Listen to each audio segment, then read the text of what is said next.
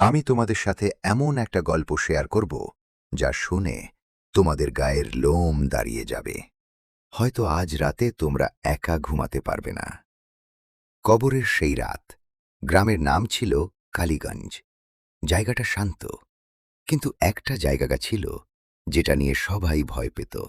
পুরনো কবরস্থান। রাতে কেউ ওদিকে যেত না, কারণ অনেকেই বলতো ওখানে ওরা থাকে। একদিন সাহস করে শহর থেকে আসা এক ছেলে, নাম আরমান, সিদ্ধান্ত নিল সে সত্যিটা জানবে। বন্ধুরা তাকে থামাতে চাইল। ওখানে যাস না, রাত 12টার পর কবরগুলো নড়ে। আরমান হেসে বলল, ভূত বলে কিছু নেই। কিন্তু সেদিন রাতেই তার জীবনের সবচেয়ে ভয়ঙ্কর অভিজ্ঞতা অপেক্ষা করছিল। রাত 12টা, চারপাশে ঘন অন্ধকার। হাওয়া থেমে গেছে। কবরস্থানের ভিতরে ঢুকতেই ঠান্ডা একটা বাতাস শরীর কাঁপিয়ে দিল।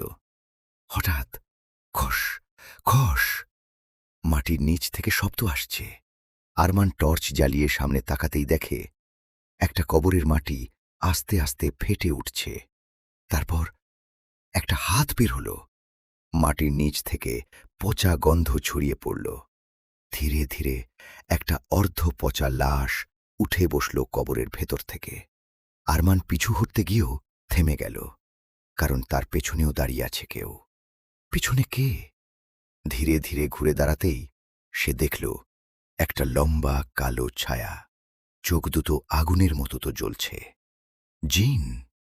জিনটা কর্কশ কণ্ঠে বলল, মানুষ, তুমি কেন আমাদের ঘুম ভাঙালে?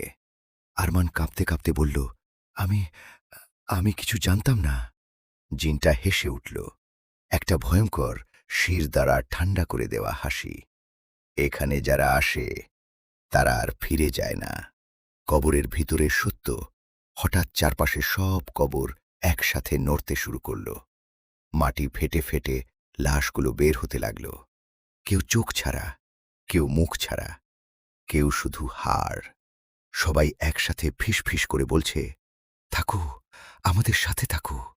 আরমান দৌড় দিতে গেল, কিন্তু তার পা আটকে গেল মাটিতে। মাটি যেন তাকে টেনে নিচ্ছে। শেষ মুহূর্ত।